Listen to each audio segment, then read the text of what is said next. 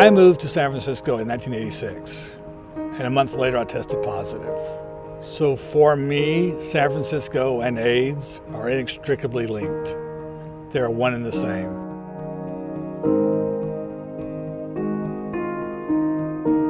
The AIDS epidemic began showing up in San Francisco in the 1980s. People were dying all around us, and it was like being dropped into a war zone. I went to a lot of memorials, a lot of tears. I lost all friends, lovers, family, you name it. It just seemed like my whole existence was being wiped out. And as an HIV positive man, I just knew that I would be next. I fully expected to be dead.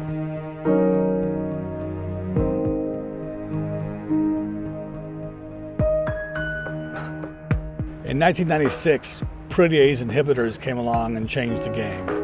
People stopped dying in such huge numbers. I realized that I was going to live long enough to buy a car and be able to make all the car payments. I didn't think I would live to see the year 2000, and that it's 2014 now is kind of mind-boggling. It sounds like it should be one of those, oh, be grateful, have a party, you're going to live. It was the exact opposite. It was scary beyond belief. You cannot watch that many people die. You cannot watch the injustice that we watched and not have that affect you. I experienced a deep depression that I didn't recognize, and I didn't know how to get help for it. I don't even know how to articulate how painful that is and what I feel like I'm carrying with me all the time.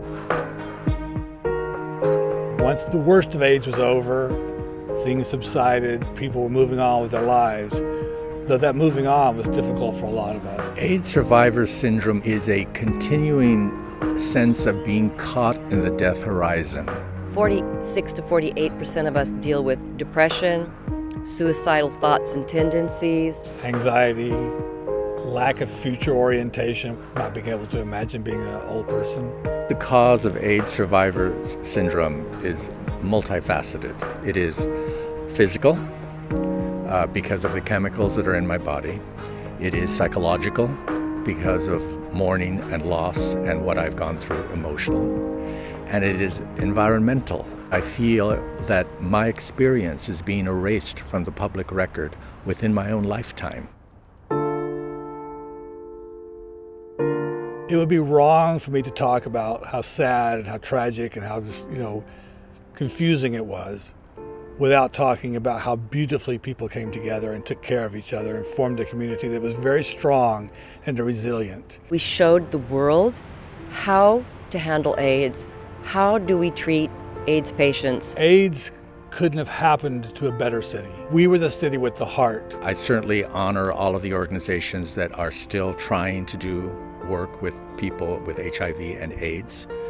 But San Francisco has changed in that it almost purposely does not want to remember a certain era of activism. Society in general, when the medications came, shelved us all. They wanted us to shut up and go away. It startles me. It wasn't, 20 years ago, and people are acting like this never even happened. We're going to go into retirement and aging in poverty, and no one's prepared. We're not prepared mentally, emotionally, financially, because we're all supposed to be dead. Of all the things I planned on dying. I took care of everyone around me. Because I was dying, I wanted to make my death easier on them. The one thing I didn't plan for was being alive and thinking about retirement. San Francisco must step up to the plate and acknowledge that we are still here. We have to show the world the way, the path, again, how to take care of elderly with AIDS.